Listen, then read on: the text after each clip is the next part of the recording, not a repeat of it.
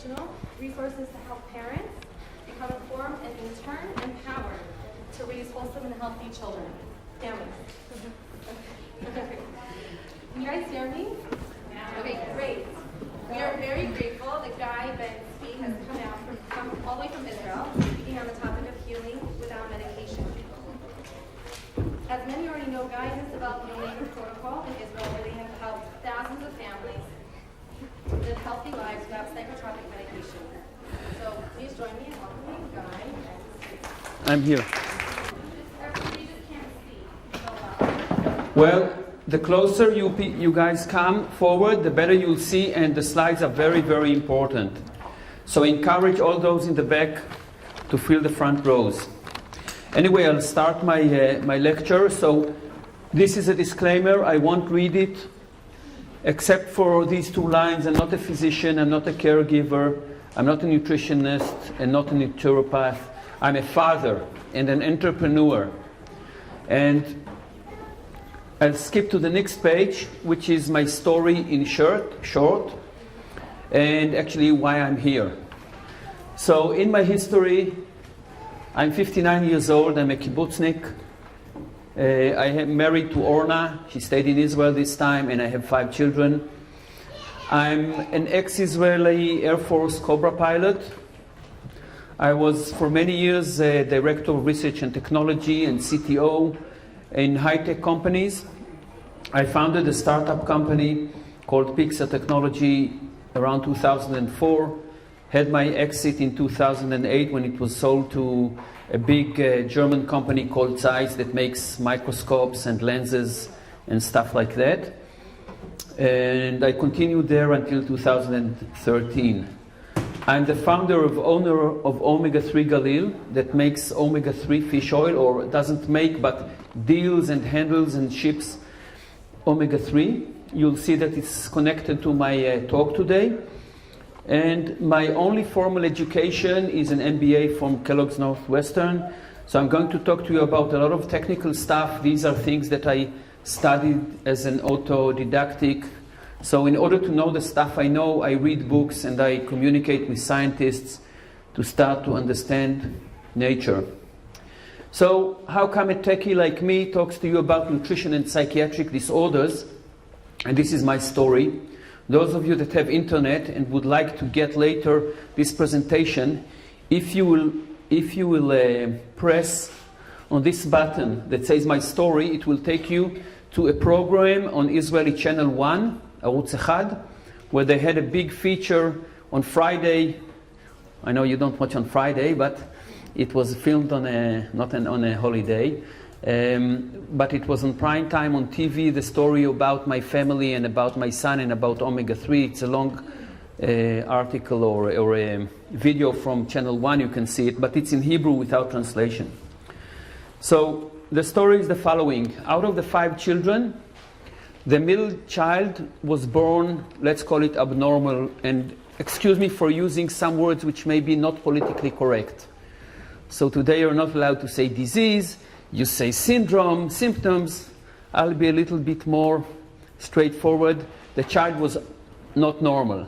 He was the 3rd child. We had experienced growing children. He was super hyperactive. He was he had very bad allergies, atopic dermatitis, and very unquiet. And his situation deteriorated with the years, and he started getting great tantrums about the age of 3. And he had very severe hyperactivity. He started to be violent, started to break and get into psychotic rage tantrums. We didn't know what was going on. We took him for a diagnosis.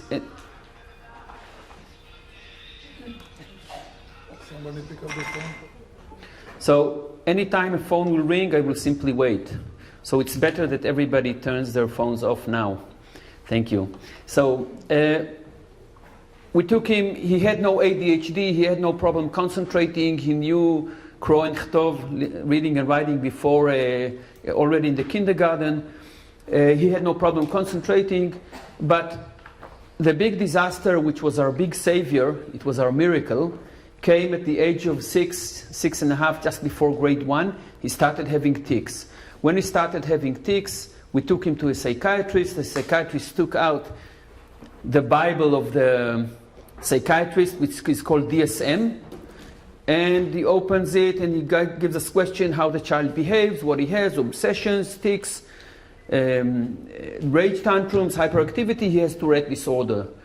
Then he flips a page, and the second page on the DSM on Tourette disorder, it says you give Tourette disorders antipsychotics. So he gives my kid haloperidol. That was 20 years ago. We go home, we give him the Halidol, the kid goes crazy, not crazy, goes zombie. He becomes a zombie. It turns off his brain, and now we have a dilemma. Without the medication, he's a Tourette'nic. With the medication, he's a zombie, and we don't like both of these problems are unacceptable for us.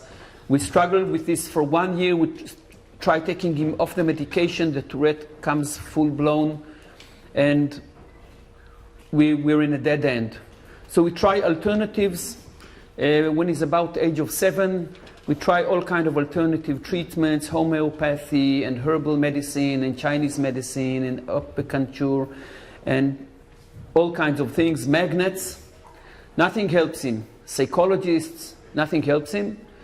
Then I go on the internet. The year is 1997. There's already internet. There's no Facebook. There's no Google, but there's already Alta Vista, if somebody remembers from that time.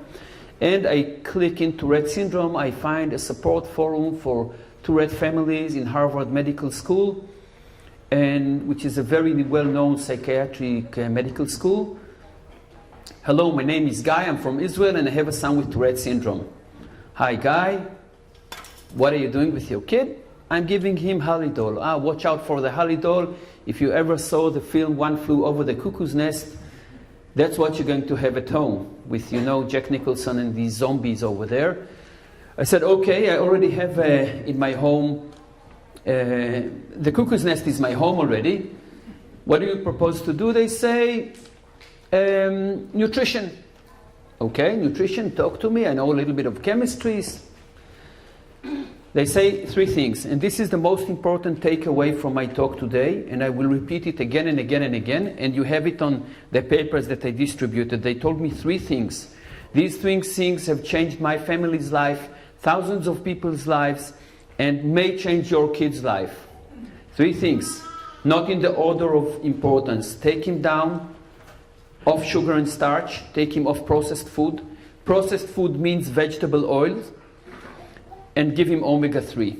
Okay, take him off sugar, makes sense. Sugar, hyperactivity, I know a little bit of biology, makes sense. Take him off processed food, also makes sense.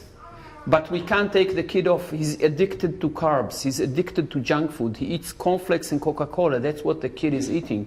And we didn't know anything better.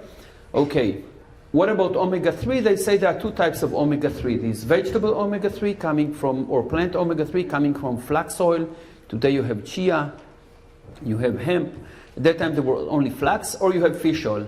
So I do the easiest thing. I go to the shop, the herb shop, and I buy loads of flax and flax oil, and I start pumping flax into the kid to give him vegetable omega-3. Nothing helps. I go back after 1 or 2 or 3 weeks. I go back to the ladies on this forum. I say, ladies, the flax oil doesn't work. They say, no, only fish oil. So I cross the street, there's a pharmacy. I go to the pharmacy, Rabinovich's pharmacy. Do you have fish oil? Yes, we have this fish oil. I take this fish oil. And they told me, be careful. You need a very high dose for Tourette syndrome, but don't give him a very high dose on day 1, because if he's taking the medication, there is a synergistic interaction between the medication and fish oil. So I open a booklet, and I start making a diary, and I slowly increase his dose of omega-3. And just like they said, the effect of the Halidol, this drowsiness, increases. So I start taking down the Halidol. I try to talk to the psychiatrist. He's not interested. You can see a psychiatrist in Israel once in 3 months, and we're talking about things that need to happen every day. So I do it on my own. After 3 months, the kid is off the medication. He's on a high dose of omega-3, not the maximum. He was on 10 capsules. And he's almost tic-free, and he doesn't have rage tantrums. So I can't say that he's perfectly well, but he's under control. And for me, that was a miracle. I remember the day, the time when he was off the drug. For me, it was a miracle. I thought, this is the revelation. This is the Hitgalut, epiphany. And then we start changing the other stuff. Once the kid was on high dose of omega-3 and off the drug, by the way, made him very hungry. Halitol makes you very, very hungry, and you gain weight. When he was off the drug, then he was possible to control his appetite, and then it took us another three or 4 years to change diet. Everybody in the house, remember, 5 kids and family. It's not easy. We changed the diet, and at bar mitzvah, I don't know exactly when he was absolutely healthy, but at bar mitzvah he was completely healthy. So what was healthy for me? Because it's a matter of definition. What do you mean by healthy? For me it meant 3 things. He has no tics, he has no rage tantrums, which were destroying for our house, and all his allergies went away. He stopped taking steroids for his skin allergies. Now the kid didn't want to go to school, he didn't want to learn, he was extremely still not extremely, but he was hyperactive. All he wanted to do was sports. Football, water polo, skateboard, snowboard, bicycle, that's what he wants to do. And in Israel we say, lizromito, I'm flowing with him. I'm not forcing him to go to school, we back him up. When the teachers kick him out of school, we take him home. Somehow we survive another 3-4 years. We get to Kita Yud, to 10th grade. In the 10th grade, the kid, without any pressure from his parents, nothing, no pressure at all. Do what you want to do. The kid decides, I'm going to study. He sits for 3 years. He finishes 12th grade, Kita Yud Bet, his matriculation, הבגרות שלו, with distinction. 9 and 10 it's called. Here it's called A's, right? Tziyun, the 9 and 10 in Bagrut. Excellent kid. He went to Shnat Shirut. Now somebody who doesn't know the story, some people who know my story, try to guess what he does today. What do you think a Tourette kid that was on a very bad psychiatric drug, the prognosis was he will be institutionalized all his life, got well, what is he doing today? Successful. What, in the army? Captain or something? Officer or something? What officer? Officer, yes, officer. What officer? Today he's also a pilot in the Israeli Air Force. That's amazing. No need. Okay, so that's my story. I continued another 10 years after that event in high tech, or more, 13 years.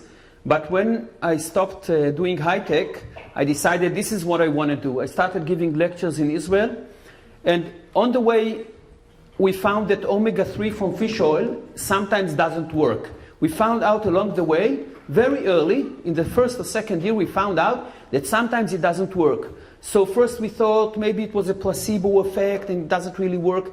But then I found out that it depends on the age of the batch, the shelf life.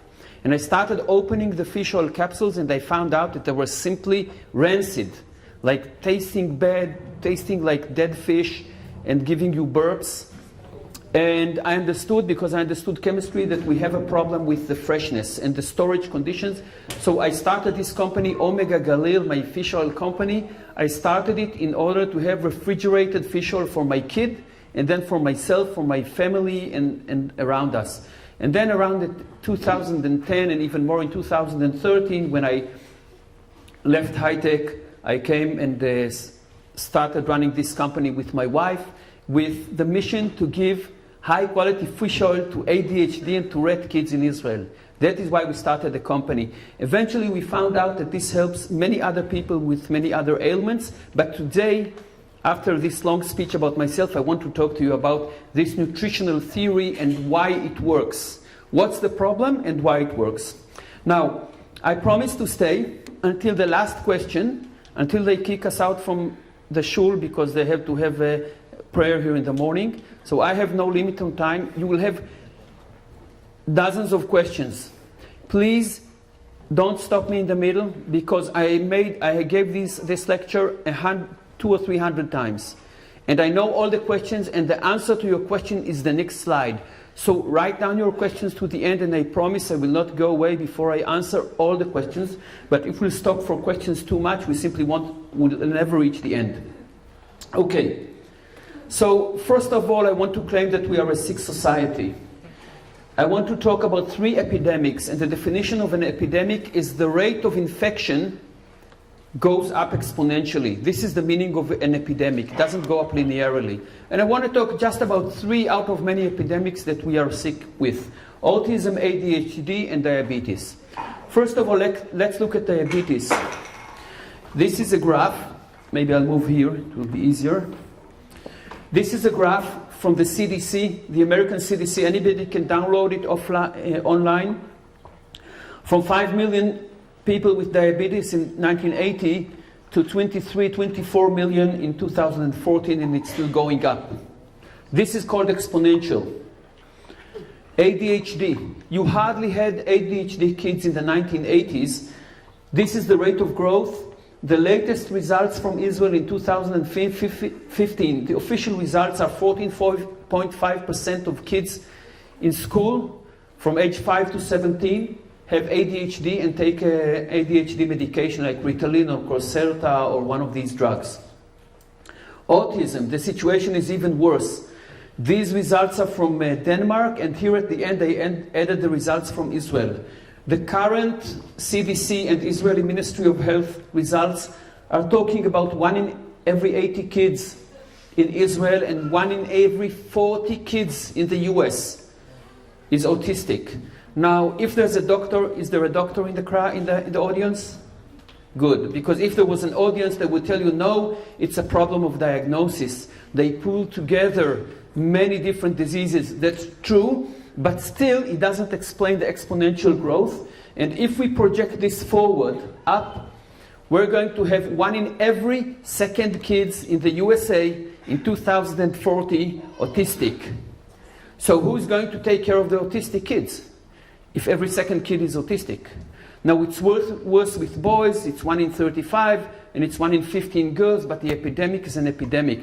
And it's not a problem of diagnosis and pooling together. It's a real problem. I want to take you to another aspect of biology and human health, and this is the degeneration of the human teeth. This is from a researcher called Weston Price. He was the first Paleolithic researcher, an American dentist 100 years ago. He was riddled by the fact that all the American teeth have what do you call it? Cavities. And bad. So he went to study Aboriginal societies. He studied 14 societies. This is one example. Aboriginal people from Fiji, before the Western diet, here they eat fish and coconut. And these guys eat chocolate and starch, that means corn and flour and vegetable oils, and look at the difference in the teeth quality. It's just a matter of 1 generation of bad nutrition. When did the human teeth destruction begin? This is a human skull 100,000 years old. Pre-agriculture, teeth are perfect. 0 cavities. These people had great dental health. They didn't need a dentist at all. This is from 10,000 years ago. Cavities going all the way to the bone. They didn't have root canal. They didn't have injections, codeine, and these painkillers. So this farmer had a lot of grain and a lot of food, that's true, and he could support his family and the city and the society, but he suffered very badly from tooth decay. So there are books written about it in Hebrew and in English, but anyway, this is another effect. And now let's look at what is the human nutrition, the original human nutrition supposed to be. So let's look at this vegan rhinoceros. It eats only grass and drinks only water in the savanna in Africa. His brain is this tiny triangle here behind his eye, between the eye and the horn. It's a very small brain on a huge 1-ton body. It's a 1,000-kilogram body, large and strong but dumb. And let's say that the savanna dries out because we have global warming and there's climate change, and the grass dries out and the water holes dry out, and the rhinoceros has nothing to eat. What happens to the rhinoceros? Guess. It dies. He doesn't know anything else. He cannot wander, he cannot handle other another environment. Now, who is the only natural enemy, the only predator that can eat a rhinoceros? There's only one animal. Humans. So once the savanna dries out, what does the human being eat first? The rhinoceros. And what happens when we're out of rhinoceroses and out of food? How do we survive? We wander with our feet and with our brain. So the distinction of the human being over the animal is having a large brain and very strong feet to go and conquer the rest of the world. And that's how we did it. So let's look at a human. This is an Indian lady and her 2-year-old daughter. And look at the brain of the daughter, how big it is. It's almost the size of the mother's brain. So Homo sapiens, that's us, is about brain growth, not body growth.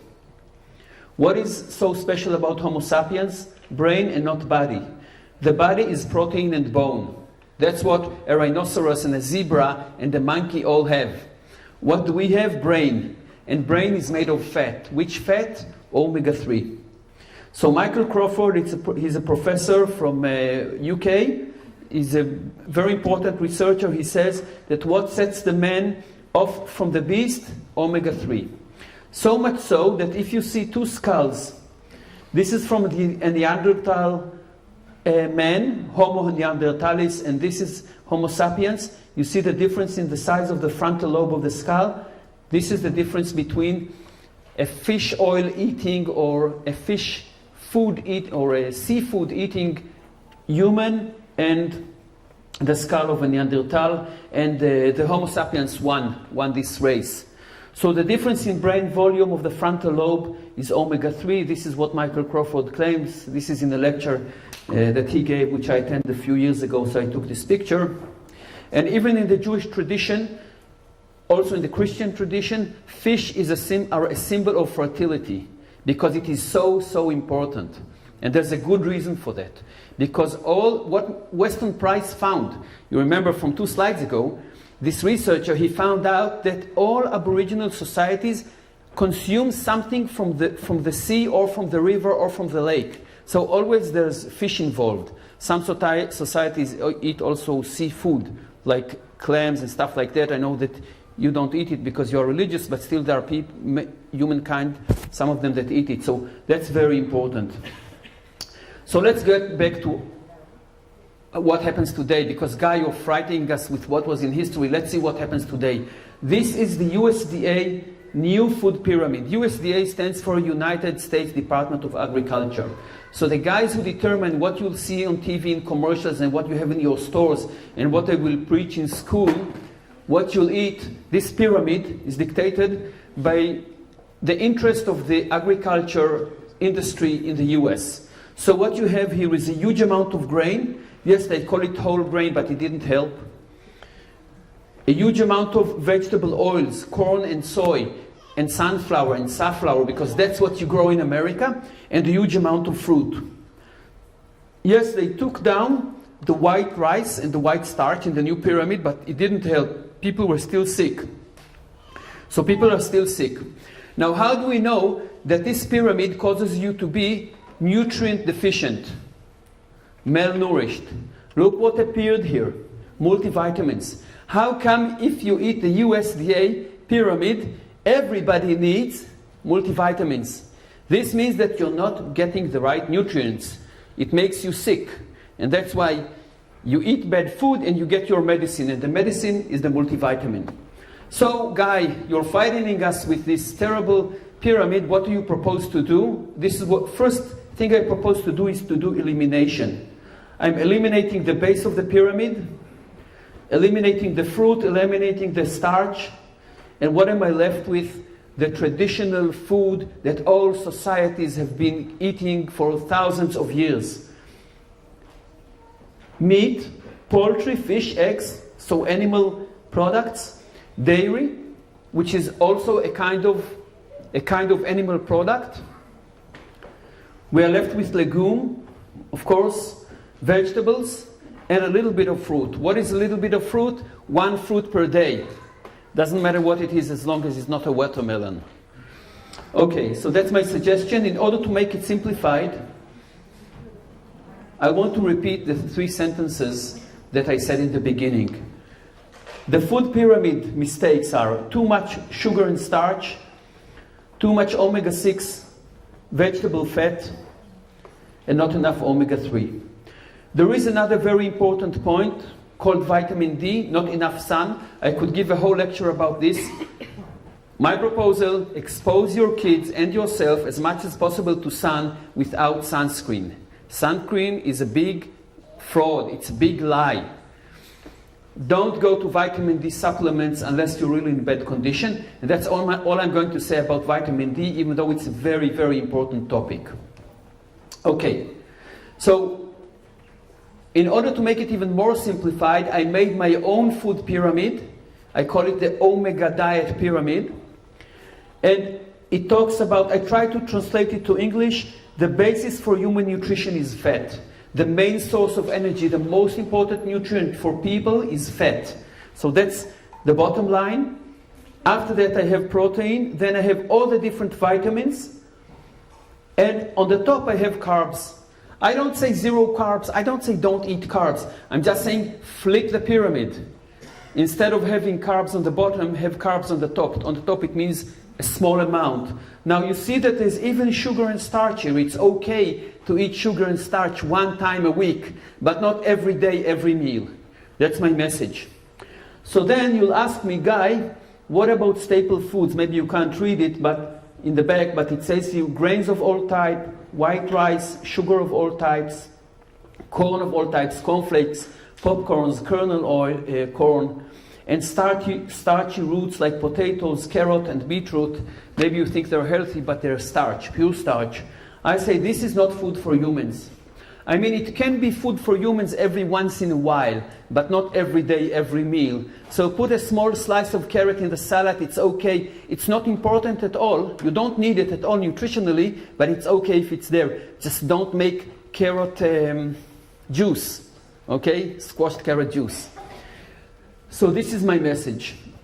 I'm going to talk a lot in this talk about this nutrient, which is very, very small in diet, in quantity. We're talking about 2 to 3 grams a day. This is nothing. A teaspoon, or if you're an ADHD kid, a spoon of fish oil. It's very little, but it's critically, critically important. So this will be a big emphasis on my talk. Okay, this is a video, but it's in Hebrew. It talks about white addicting powder, so I will skip it because it will be a little bit difficult to understand, and I will go forward. But if somebody has a chance later, it's a very nice video made in Israel about the epidemic of consumption of sugar.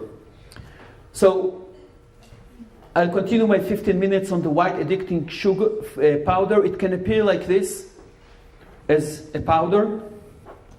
It can appear as cubes. It can appear as dirty sugar. Brown sugar is simply dirty sugar. 100% dirty sugar. Nothing better in it. This is your worst enemy, agave. Agave or agava, I don't know how you pronounce it. Agave syrup is 95% fructose. It can appear as corn, as cornflakes. It can appear as grains, as starch. It can appear as potatoes, white rice, watermelon, or grapes. All these foods are highly, highly dense concentrations of sugar.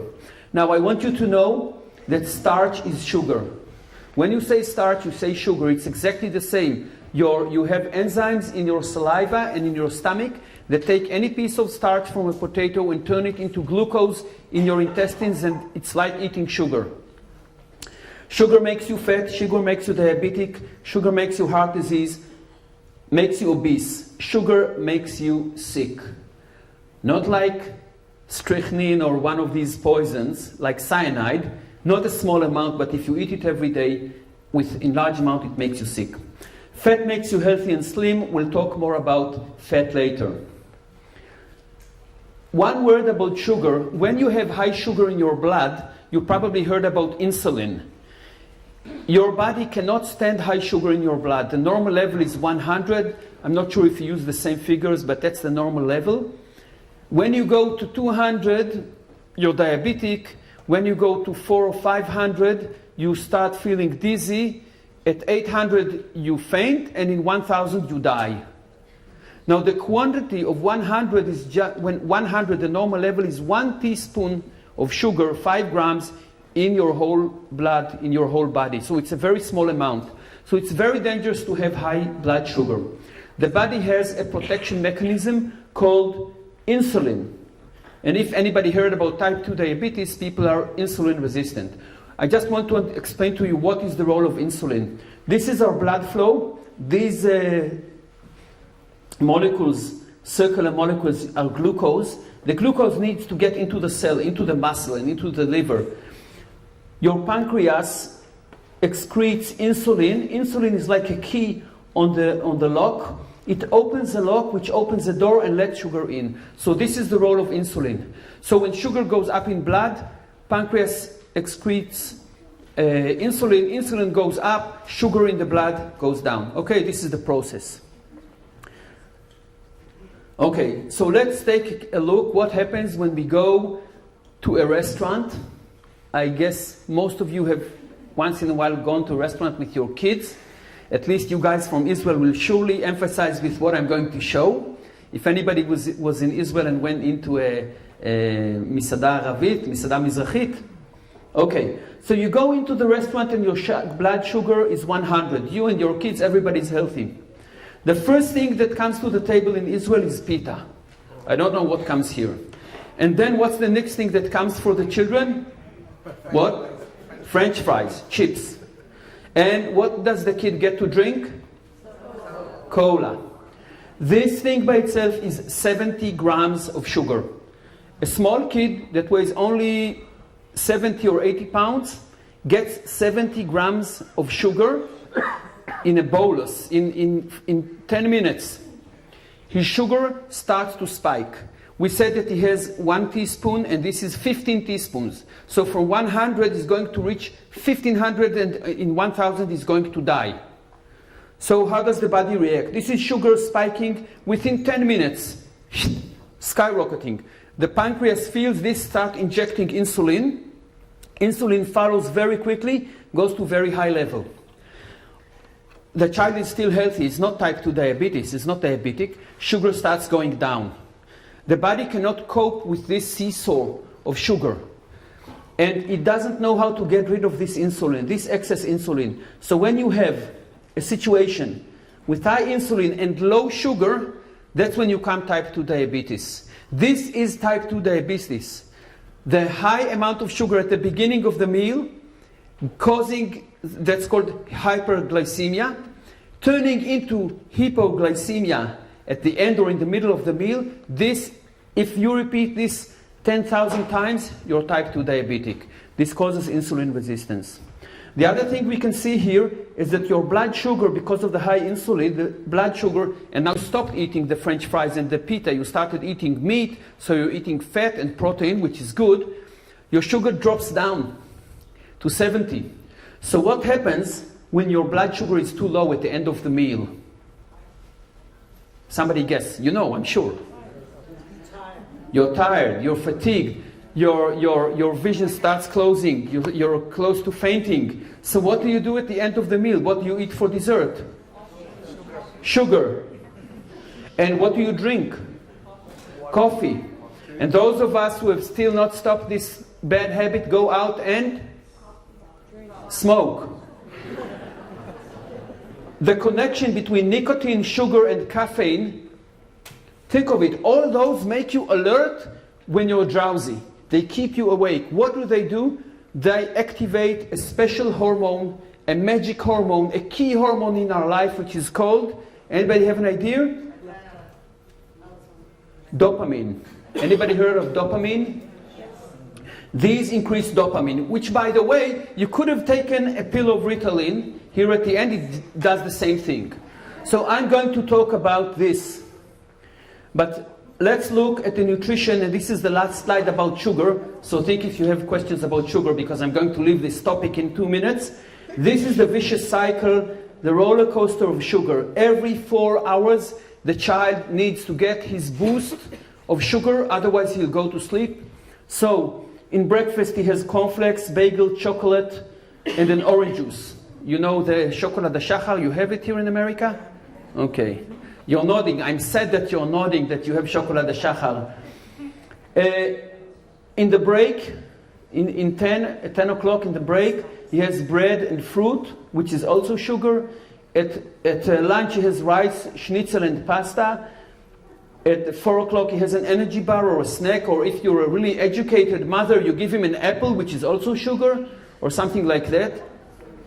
And at night, he has a cereal, again, cornflakes of some type, and a pizza. So we say to ourselves, pizza contains ketchup, and this is his vegetable, but you know that ketchup, look on it, it's 50% sugar. Just look at the label.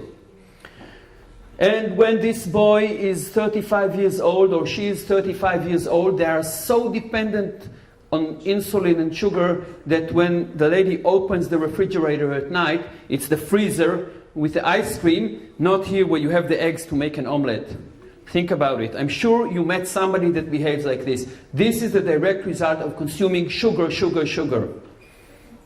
Okay, now I want to give you some practical tip. This is a very important slide. How to read the label. Now I gave this lecture once 2 days ago. This is my second lecture in English. I gave a lecture in Houston to a group of women. It was just women, just mothers.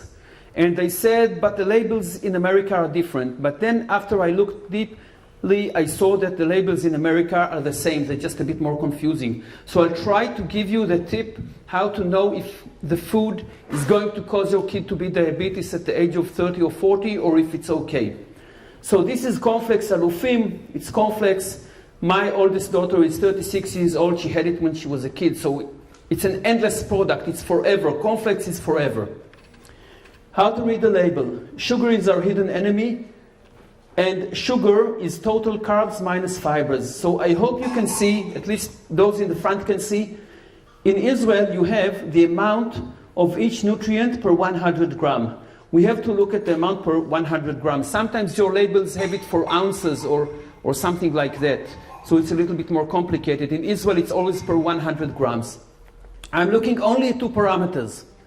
How much carbohydrates? So in 100 grams of cornflakes, 100 grams is a large bowl of cornflakes, not a small portion. It's a large portion. So in 100 grams of cornflakes, you have 80.5 total carbohydrate and 4.5 grams of fibers. If you deduct 4.5 from 80.5, you get 76 grams of sugar. So 100 grams, a large bowl that some of your kids may be tempted to eat in one meal, contains again 15 teaspoons of sugar. So 15 times the amount of sugar that their blood can hold. So their insulin is going like this. Another thing you will see here, which shows you the politics of food, and this happens in America even worse than in Israel. This is endorsed by the Israeli Diabetes Society. How come, you say? Is there a conspiracy here?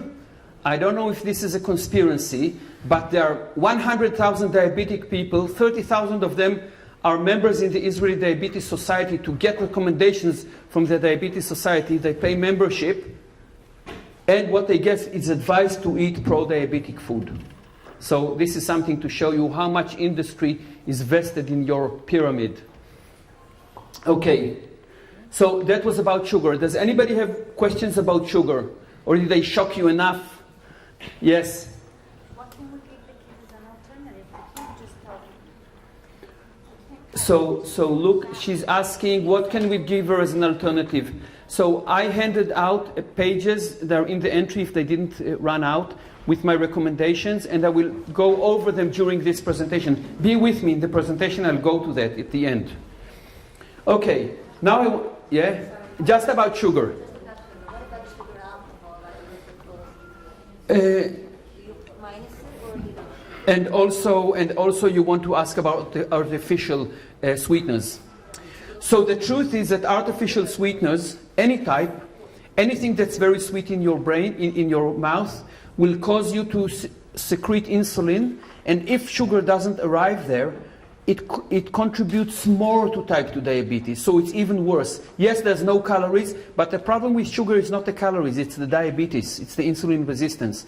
So if you ask me, Guy, I have to give my child some kind of sweetener in his milk, in his yogurt, in his coffee, in his tea, I prefer going to the simple sucrose, which is the plain sugar, and not for artificial sweeteners. Because anything sweet that doesn't deliver sugar will cause insulin to go up. It's an instinctive reaction of the mind. It believes sugar is going to come, so it's even worse. And 1 teaspoon of sugar is not a problem. The problem is the cornflakes. Just about sugar. Out of 100 grams of the cereal, 75 grams of sugar, Yes. 75%, Yes. all fat, 75%. Yes. Sugar. You have 1 kilo cornflakes, 750 grams of sugar. That's what you have in cornflakes. I know, it's shocking, but this is science. I'm not making up anything.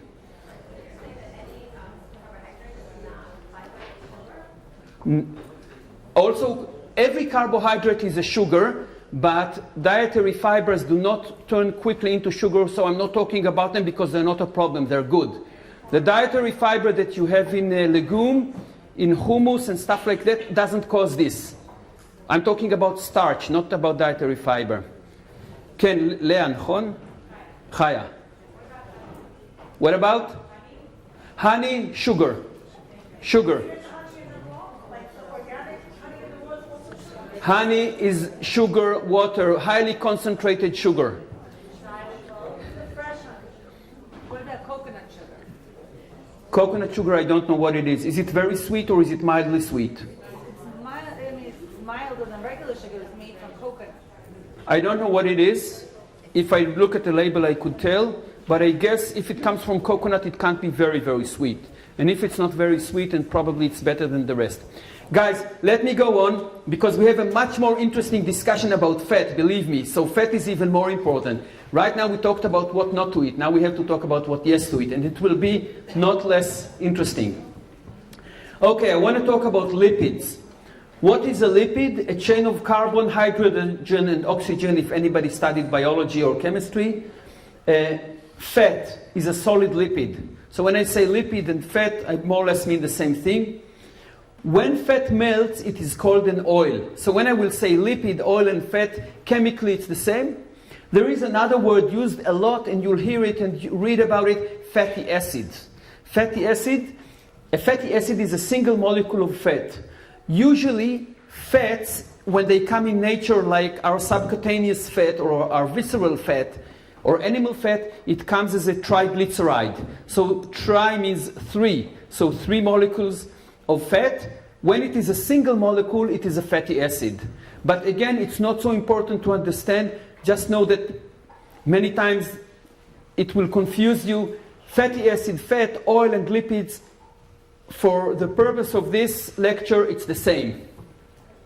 I want to talk about a very special role of lipids, and this is the cell membrane. This is one cell. The cell has a membrane, and the cell communicates through its lipid membrane. Stuff needs to go in, nutrients, oxygen, water, salt, sugar, and stuff needs to get out, waste materials and carbon dioxide, for example. So the cell needs to communicate, and it does it through a lipid membrane.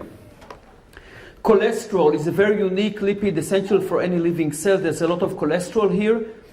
Lipids are an alternative source of energy, ketogenic state. There was a lady here that talked to me about epilepsy. A ketogenic state, ketogenic diet is very good for epilepsy, to eliminate epilepsy, but I'm not going to talk about it today. And what you also should know that many, not all, but many hormones in the body, like estrogen, progesterone, are made from our lipids or cholesterol derivatives. So most of the hormones in the body are actually fats. Okay, so I want to talk now about a cell.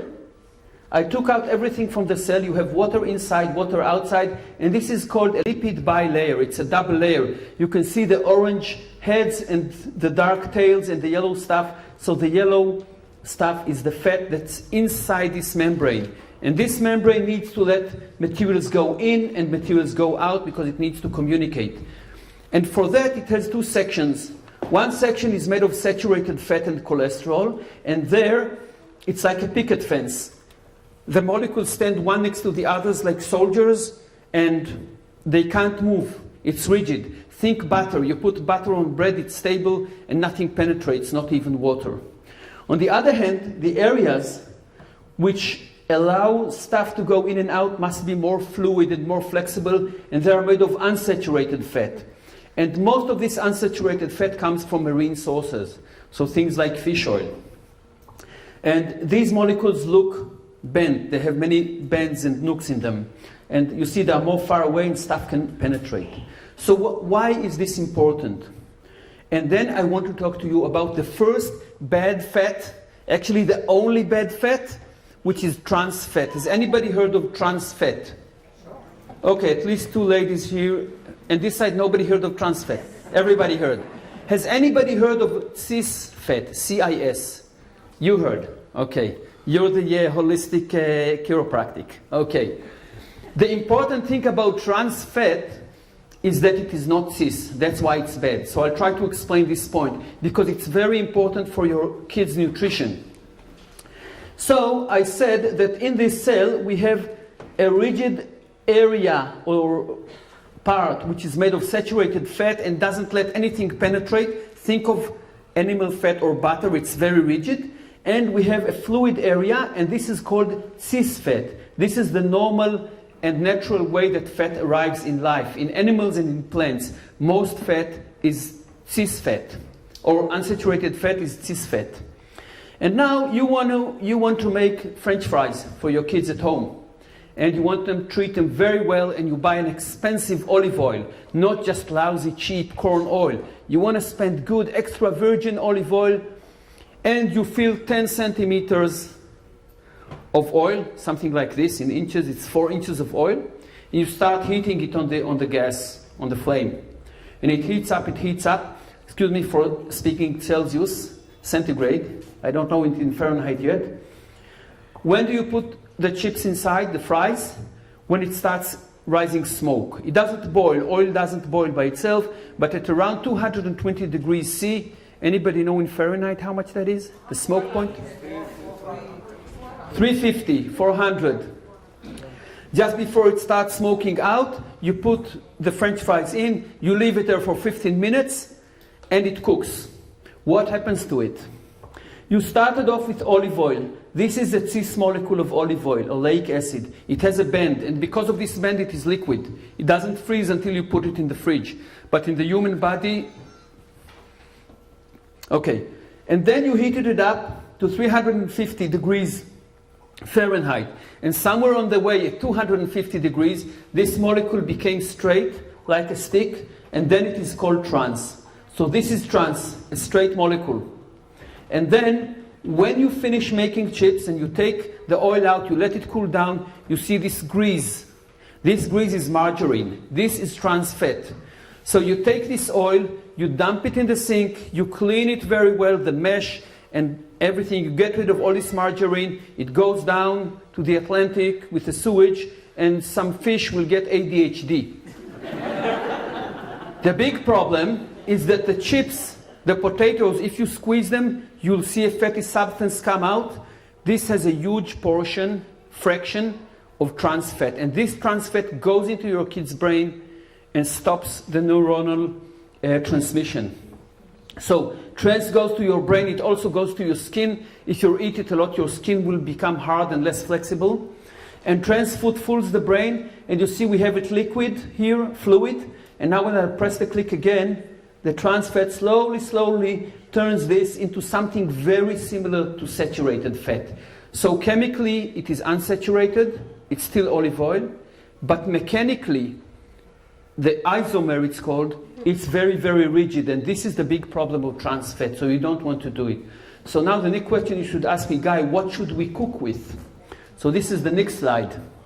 First of all, I recommend cooking with oil. I recommend cooking, especially for children. I don't recommend giving children too much raw food because their intestines are not used to high intensity digestion, and cooking is pre-digestion. That's what cooking is. It breaks down the molecules and makes them easy to digest. So it's good to fry.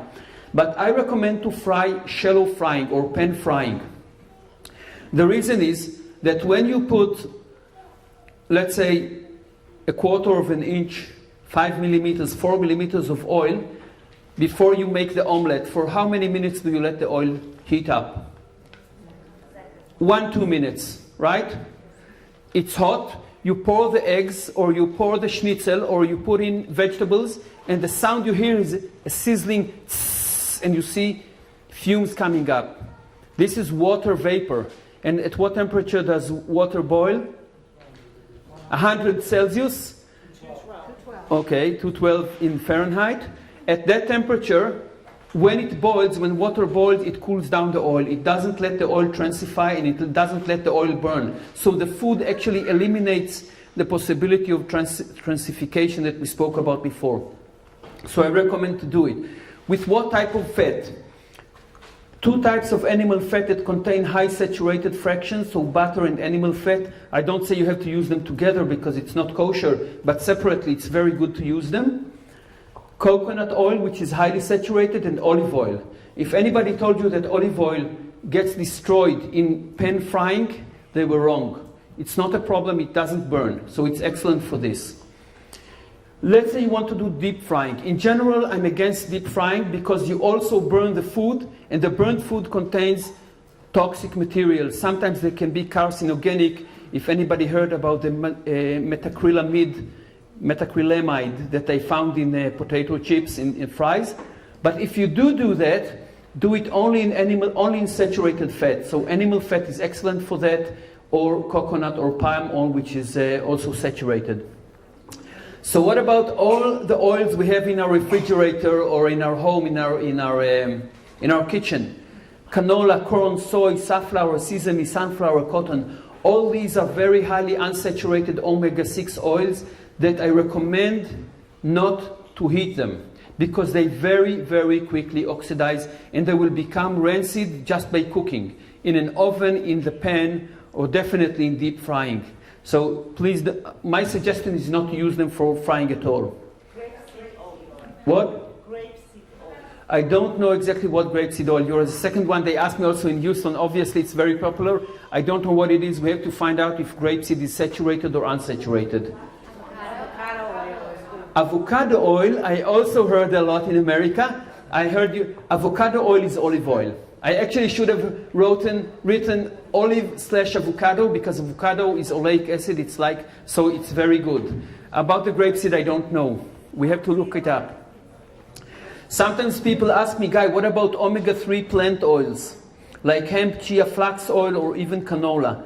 Not recommended at all. I don't recommend omega-3 oils for consumption at all because they get rancid very, very quickly, even without cooking.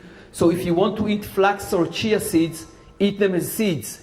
Put chia in your salad or in your yogurt, but don't consume it as an oil. It's very expensive and it gets rancid 1-2 days after you open the bottle. So I recommend not to use them, and there's no need to use them. Okay. So now I want to talk about omega-3, 6, and 9. We spoke about trans, we spoke about saturated, what to cook with. Now what is this omega-3?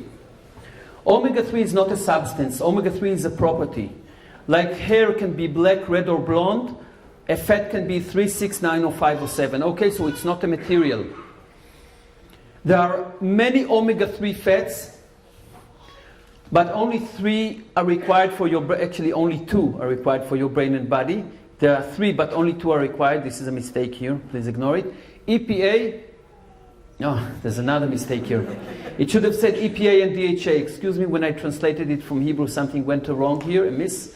It should say EPA and DHA, and we can get them mainly from fish oil. The other source are animal fats in condition that the animals ate grass.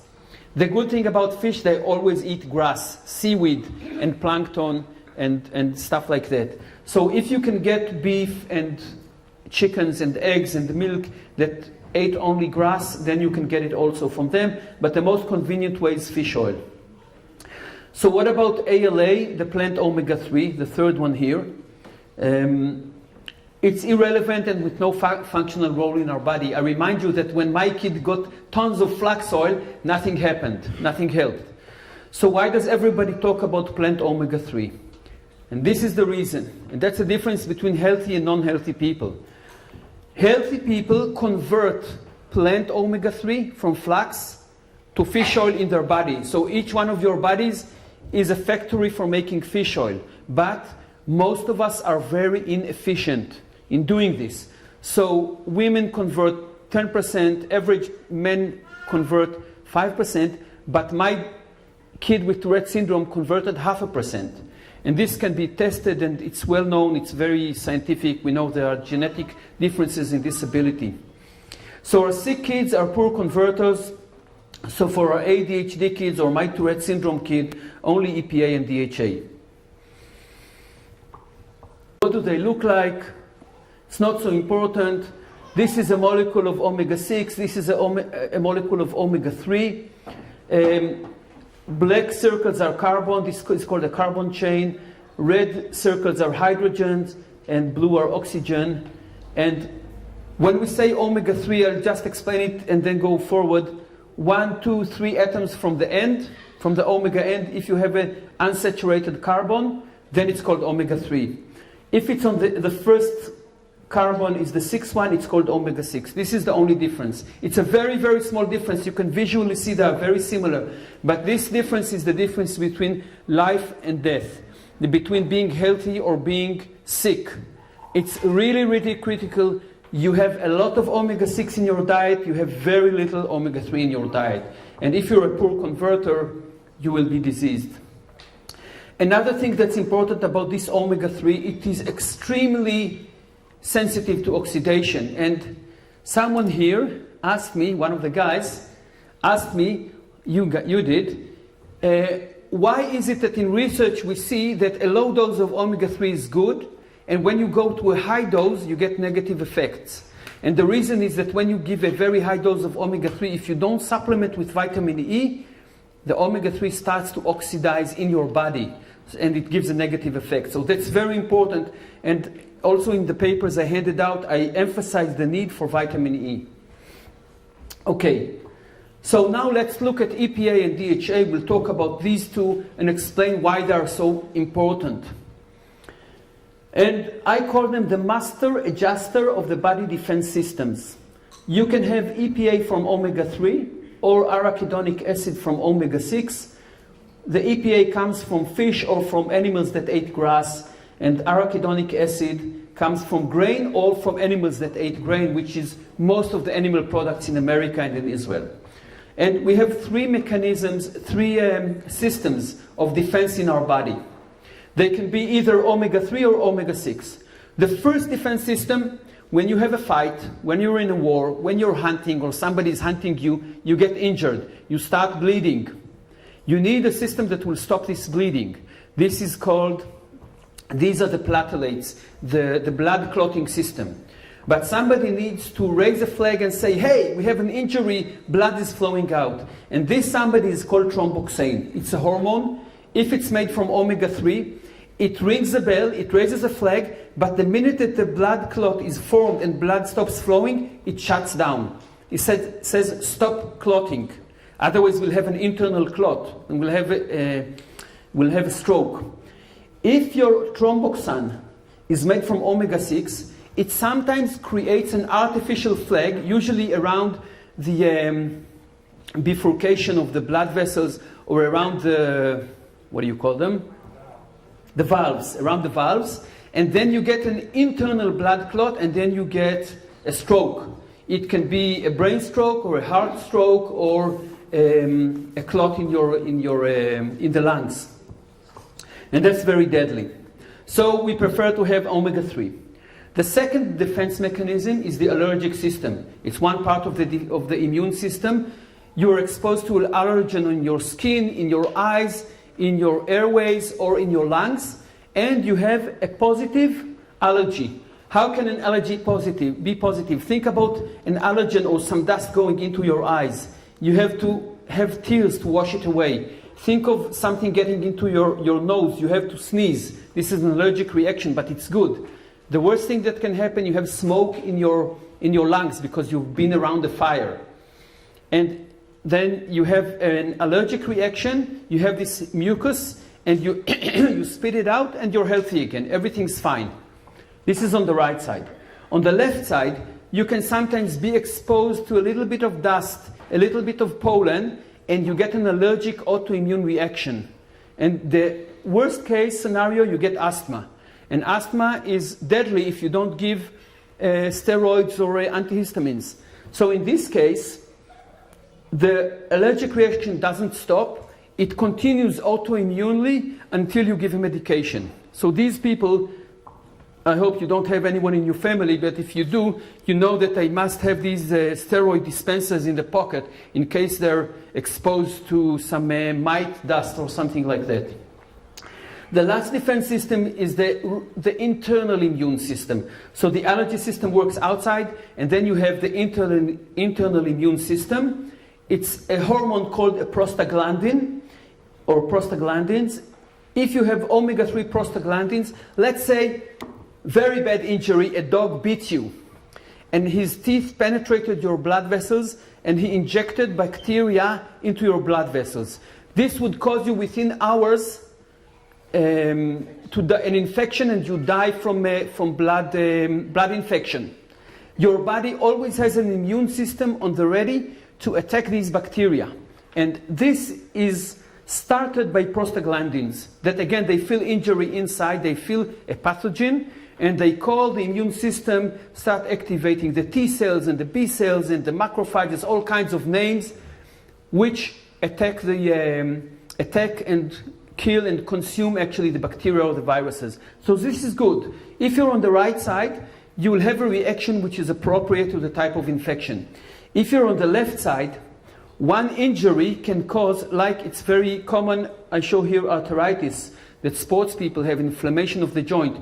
You have exposure to damage, you get an autoimmune reaction, and it never stops until you again inject steroids or some kind of non-steroid anti-inflammation disease medicines. So things like arthritis, like blood vessels, heart disease and blood vessel diseases, migraines, very high sensitivity to pain, and very high fever. So here you have a mild fever, here you have high fever. So obviously you prefer to be on the right side. But our food is full with omega-6. Our body is very, very clever. And it knows that if you have enough omega-3, this route will be blocked. So actually, if we don't want these substances to be manufactured, the way to do it is supply EPA, because our body prefers this. So it's very simple. You don't have to eliminate omega-6 from your food. Actually, this arachidonic acid is very, very critical for us and for our kids. A baby will not be born without enough arachidonic acid. So don't try to eliminate omega-6 foods or animal products which contain omega-6. Try to give enough omega-3. So that was EPA.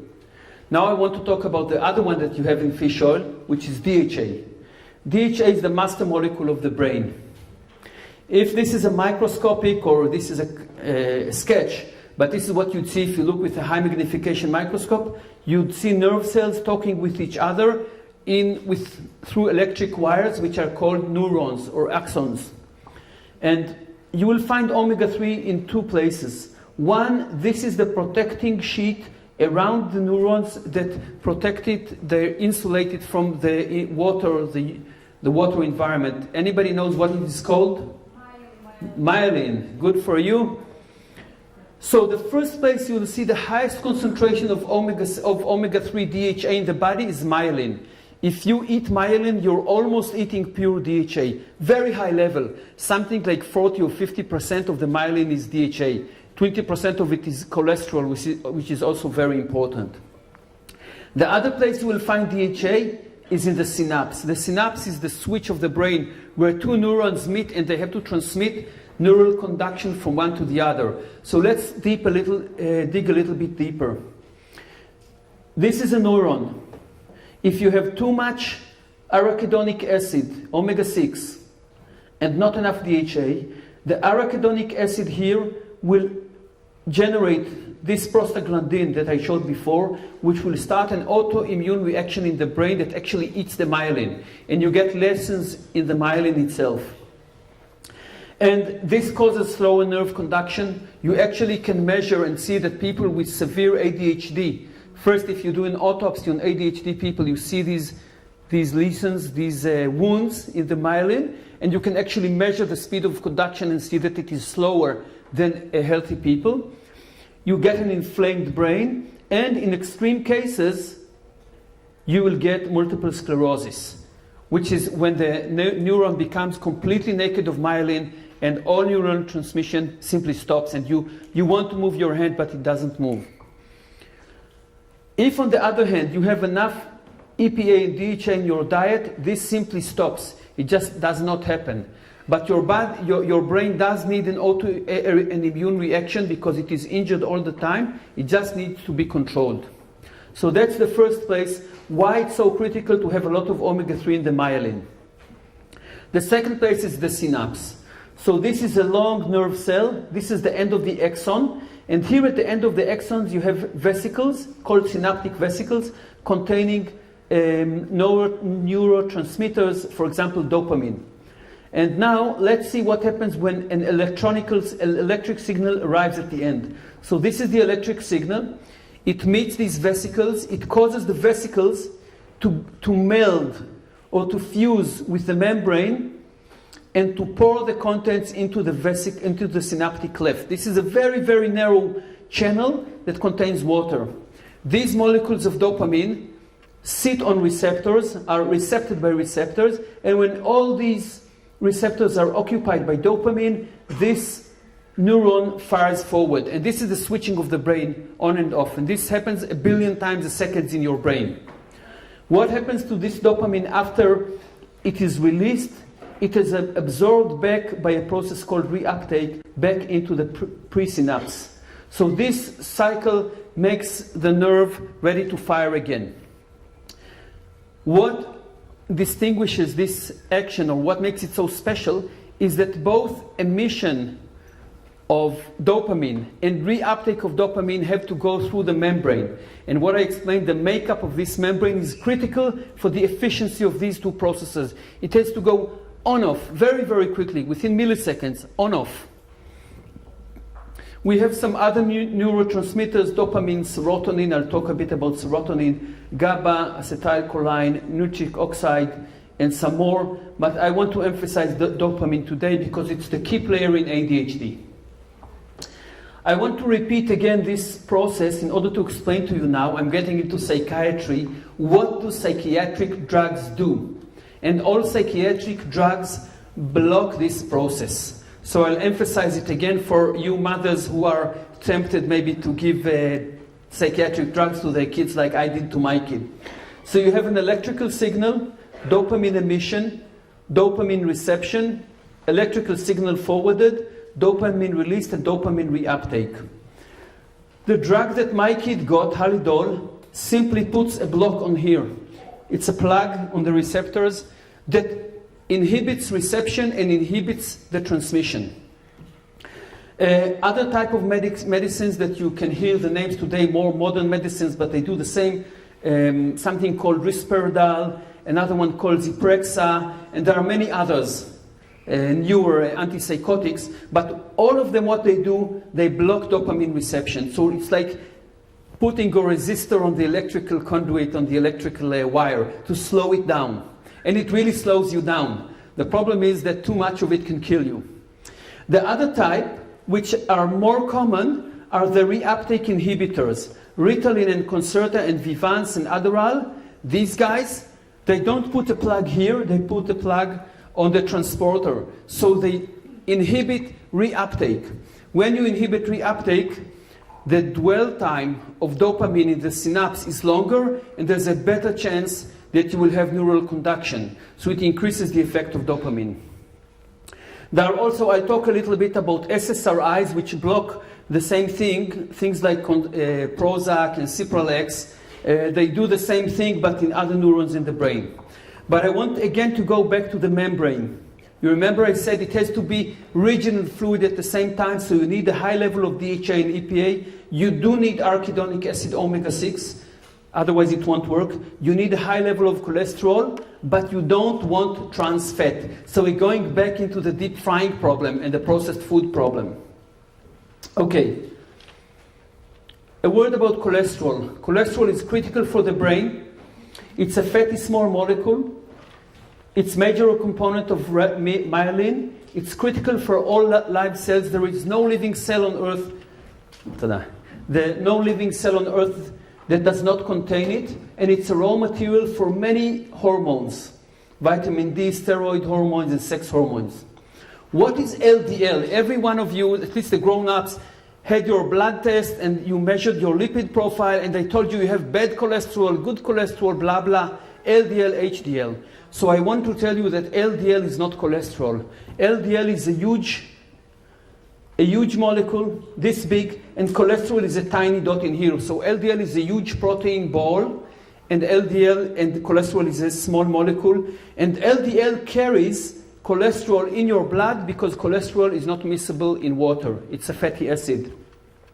But it also conveys in it not only cholesterol, but also omega-3 and omega-6 and all the fat-soluble vitamins. So it's a very, very critical molecule, very important, and it's a mistake to try to reduce it because it does not cause heart disease.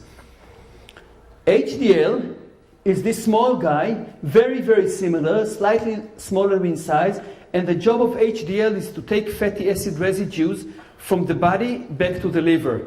So this guy, LDL, takes it from the liver to the body, and HDL returns it or recycles it to the liver. Both of them are important. Both of them need to be at whatever level the body decides, and I recommend not to take statins to try to drop them.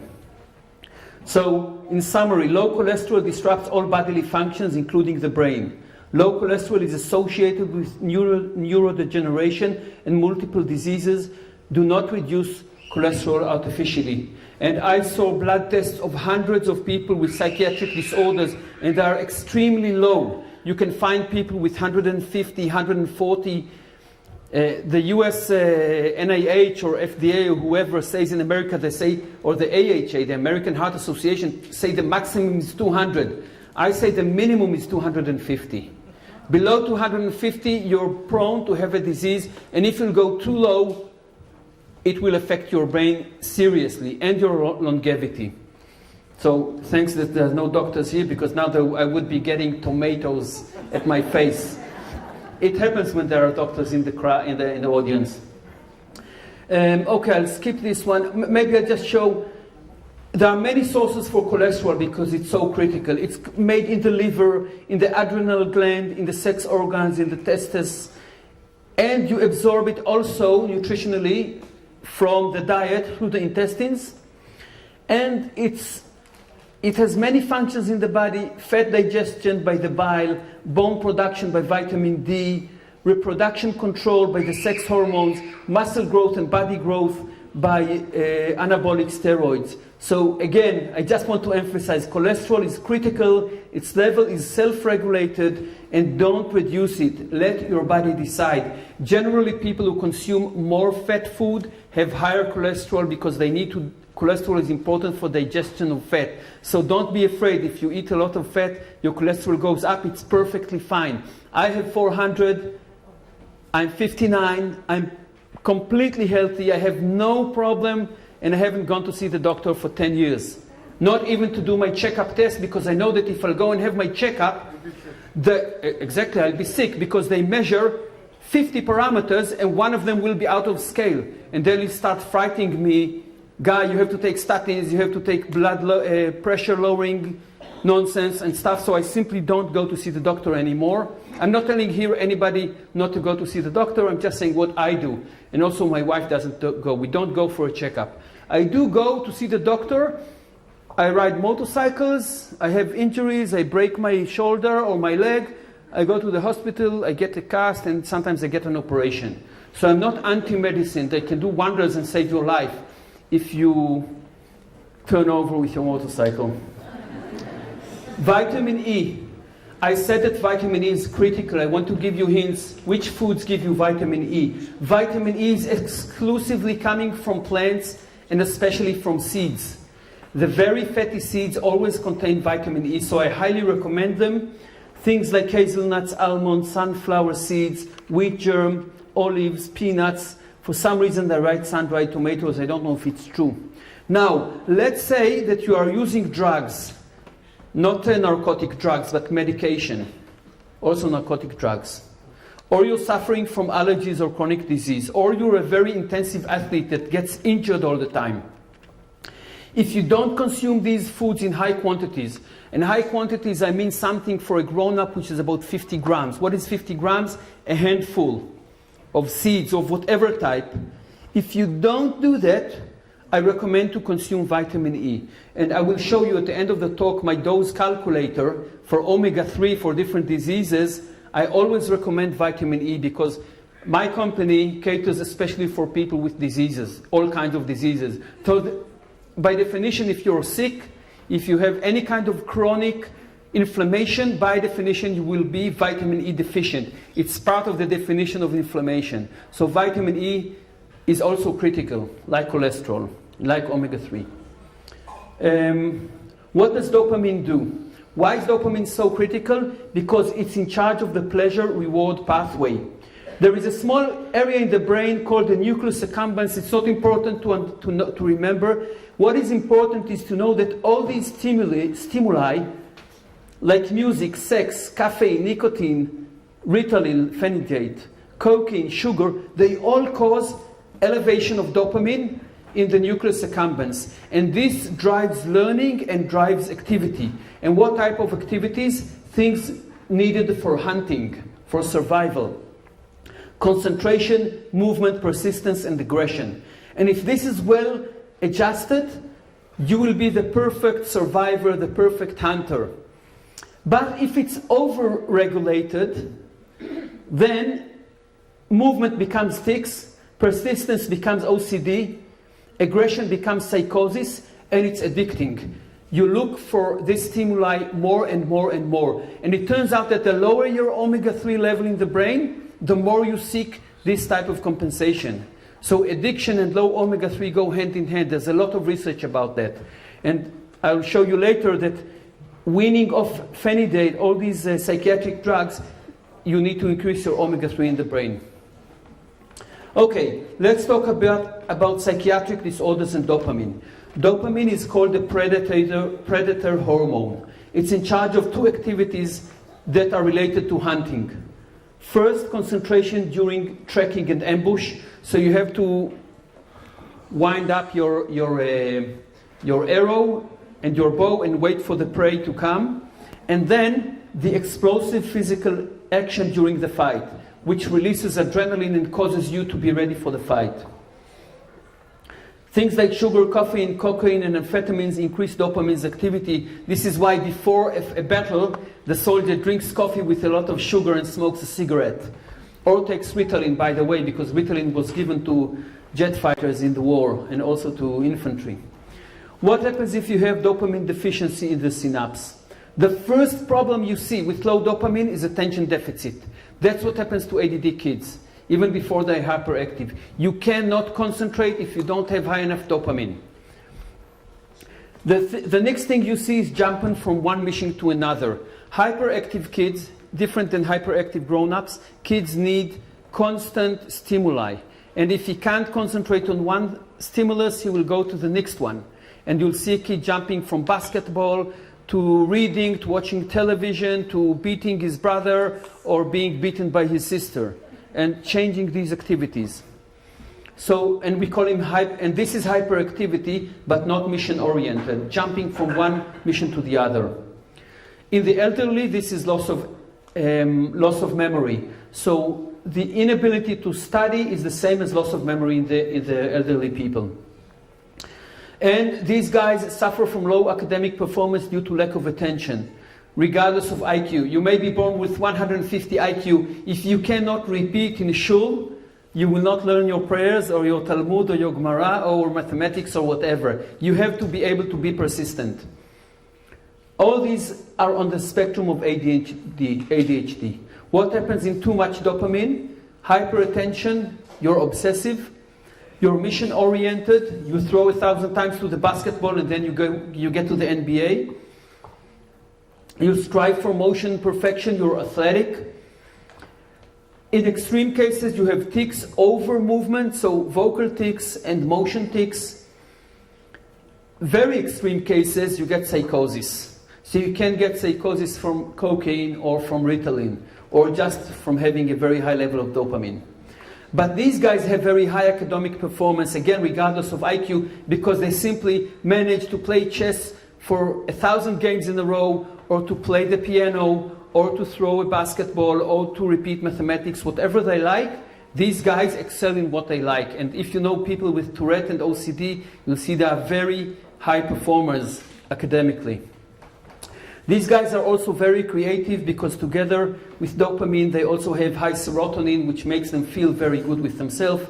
And this falls on the spectrum of Tourette's, OCD and psychosis. Dopamine and drugs. What causes dopamine imbalance? We said that the makeup of the membrane, to omega-3, omega-6 cholesterol, and deficiency in omega-3 and excess trans fat decrease synaptic transmission. I explained all these before.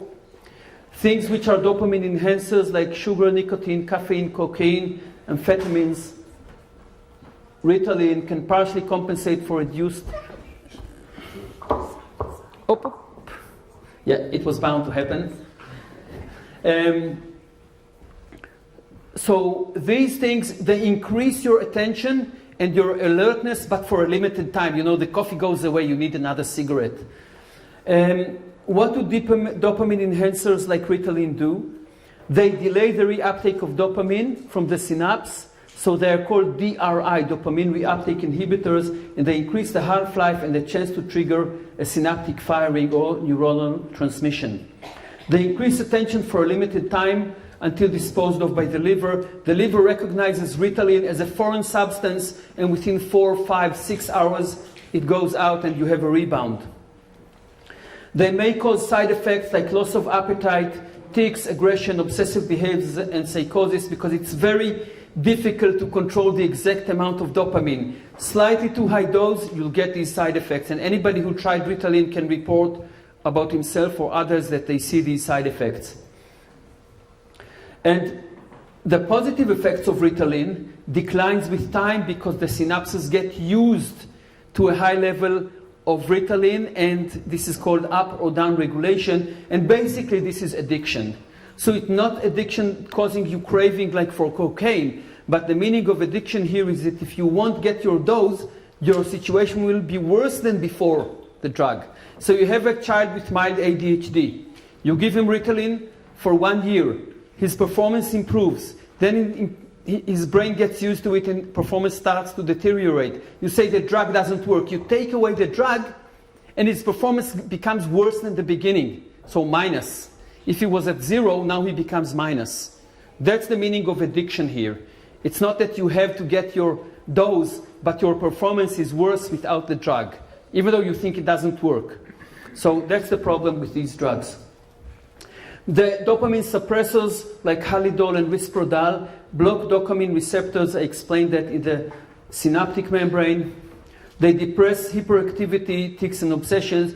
The Ldl was very effective on my kid. It simply shut down his brain, so he did nothing. He sat like a zombie. They cause side effects like increased appetite, weight gain, fatigue, sleepiness, phobias, and zombiness. The effect, also here, the effect declines with time because the brain gets used to it and you need a higher dose, and finally it stops working and you change the medication and you change another medication. Something very, very important. Anybody considering drugs or getting off drugs, please do not stop the drugs cold turkey. It's very dangerous. Cessation of these drugs must be done gradually because the brain got used to it slowly. If you gave it for 1 year, you can't take it down and expect the child to be okay if you stop it in 1 day. So it has to be very gradual. Most psychiatrists know that. So what's the story with omega-3? How does omega-3 help ADHD, which is a dopamine deficiency? Very simple. By restoring normal levels of DHA in the membrane, the synaptic emission of dopamine is normalized and symptoms of ADHD subside. Very simple. Memory, attention, cognitive performance are improved without medication. How does omega-3 help in TS, OCD, and psychosis, which is excess dopamine? Exactly the same. By restoring normal levels of DHA in the membrane, the reuptake is normalized and symptoms subside. So you see, one nutritional intervention helps both sides of the spectrum, too much and too little, in different areas of the brain, but it's the same effect. Rage, tantrum, aggressions, tics, obsessions, and psychosis are improved without medication. Can omega-3 help in other psychiatric disorders? The answer is yes. The other major neurotransmitter is serotonin, and it can affect serotonin in the same way. Low serotonin causes depression and anxiety. Serotonin deficiency is often comorbid with the dopamine deficiency because low omega-3 happens in many areas of the brain at the same time. Typically, you would see a child with ADHD get Ritalin at age of 6 or 7 or 8, then get his antidepressant like Cipralex or Prozac or one of these at the age of 10 or 12, and then get Risperdal at the age of 14. So these trio are very common. So omega-3 supplementation in depression and anxiety can alleviate these symptoms and make SSRIs like Prozac and Cipralex redundant. And I told you that I had an epiphany in the year 2000 or 99 when I saw that my child got from very bad to well within a few months. This was my conclusion, and my conclusion is still very firm today. I'll read it out. Omega-3 deficiency turns out to be a major risk factor for most psychiatric disorders in most patients. Together with omega-3, I recommend taking vitamin E and reduction of sugar, starch, and processed foods, especially vegetable oils. Now, if somebody asks me, Guy, can you promise me that my kid will become better? No, I cannot. But if you ask me what are the chances that my child will become better or get off the drug or maybe delay taking the drug, it's 85%. I actually have numbers because I coached so many families and read so many studies that I know what is the success rate. You may ask me, what about the rest of the 15%? If somebody will ask at the end, I will say. But it's very efficient. A list of some other psychiatric disorders which I didn't talk about today, but all of them have research and my own experience showing that omega-3 deficiency is a problem and therefore omega-3 can help. Schizophrenia, all the types of ADHD and the dyslexia, dyspraxia and other DIS syndromes, autism of different types. I'm not saying that lack of omega-3 causes autism. Don't get me wrong. But it's a risk factor. Tourette syndrome, OCD, depression, bipolar disorder, migraines. There are also some neurological degenerative diseases like multiple sclerosis, Parkinson's, and Alzheimer's that are some studies and research going on, some anecdotal cases of these diseases that we've seen slow down and even regression. I'm not talking about it too much, but there is literature and a lot of hope. Other chronic diseases and autoimmune diseases that can be helped with vitamin E and omega-3, arthritis, asthma, allergies, skin allergies, and autoimmune diseases like psoriasis, GI tract allergies and food sensitivities, all cardiovascular diseases, diabetes, and sport injuries. All these are known to be helped in most people with omega-3. I think I'll skip this. I wanted to give you a case study, but I'm running low on my breath. I want to go to the conclusions. Okay, one slide. I developed a protocol called the Omega Protocol. The Omega Protocol is a protocol which I showed here a case study that actually replicates what I did with my son. Gradual increase of omega-3 and vitamin E, very gradual decrease of the drug. My son was only on one drug, but I have coached people and children with 5 psychiatric drugs, and getting them all off of them is a very, very slow process, typically 3 months for one drug.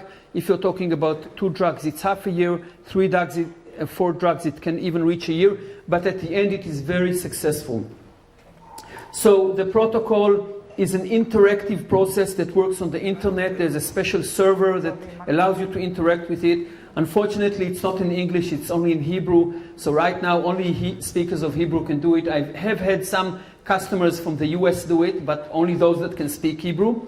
If there will be a lot of demand for this, it'll cost a lot of money, but I'll translate it and build it in English.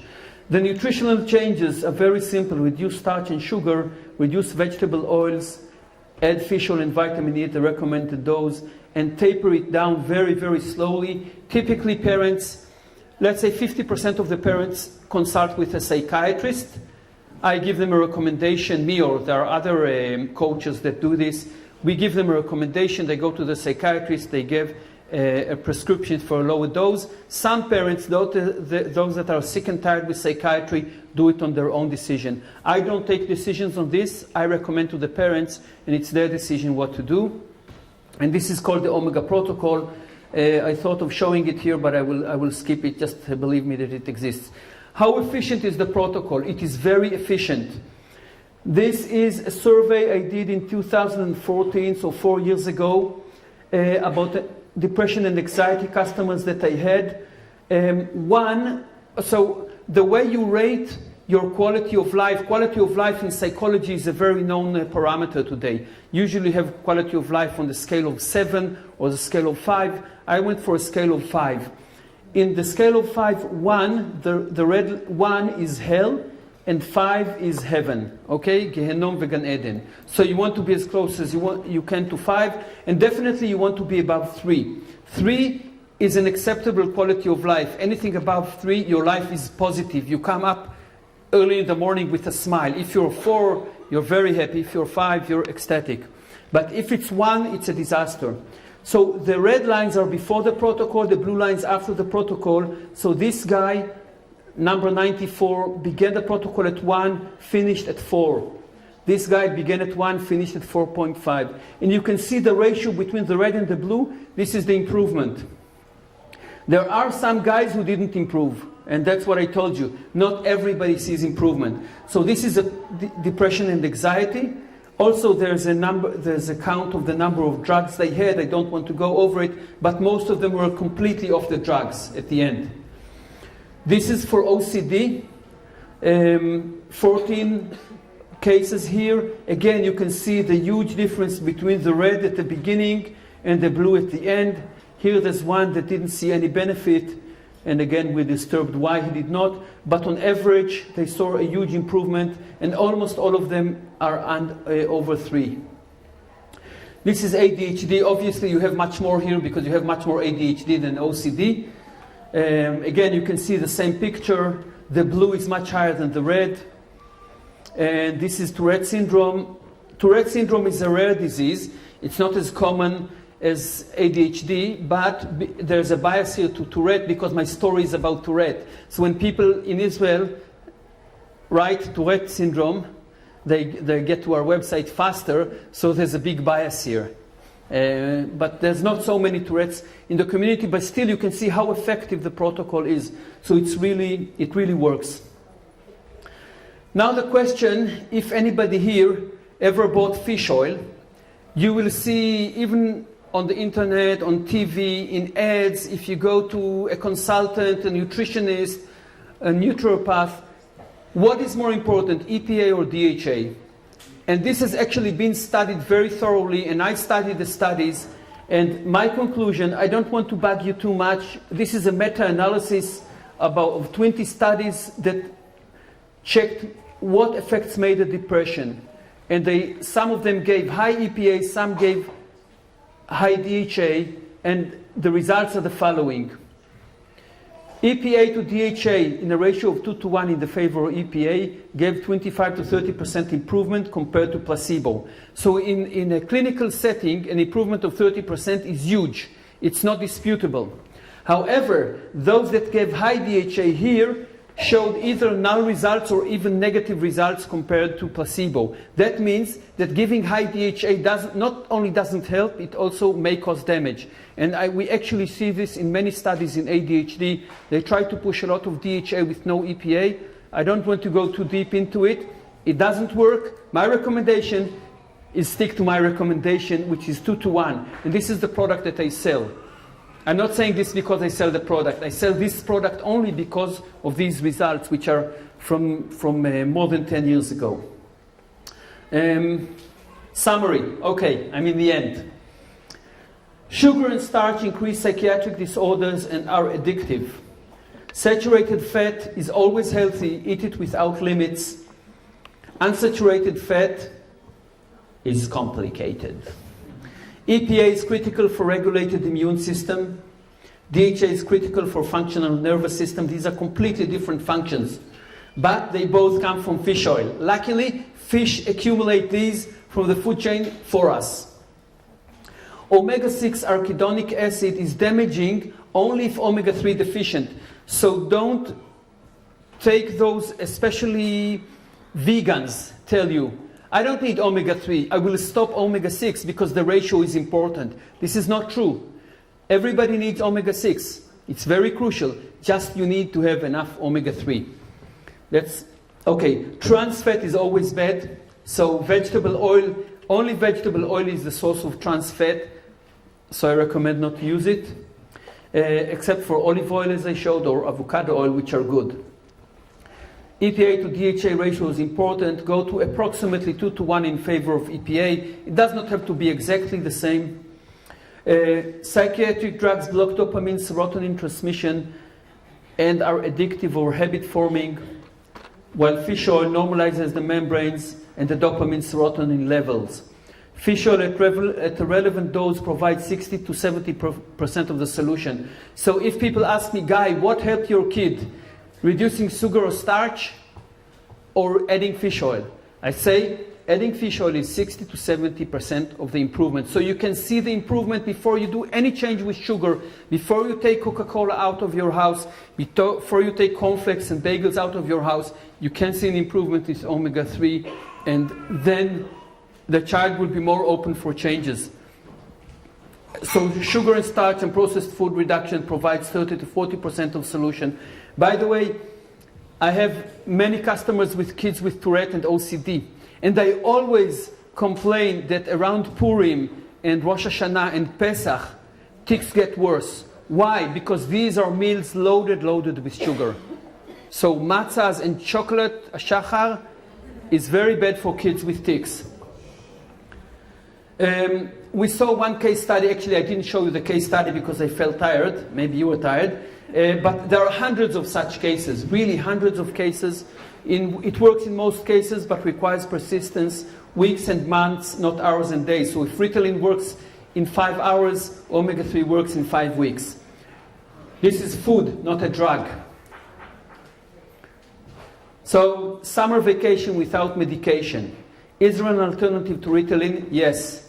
And the time to do it is now. When you start the summer vacation, most kids go on medication vacation. Start your omega-3 in 2 months. When you get back to school, good chance you won't need it. That's it.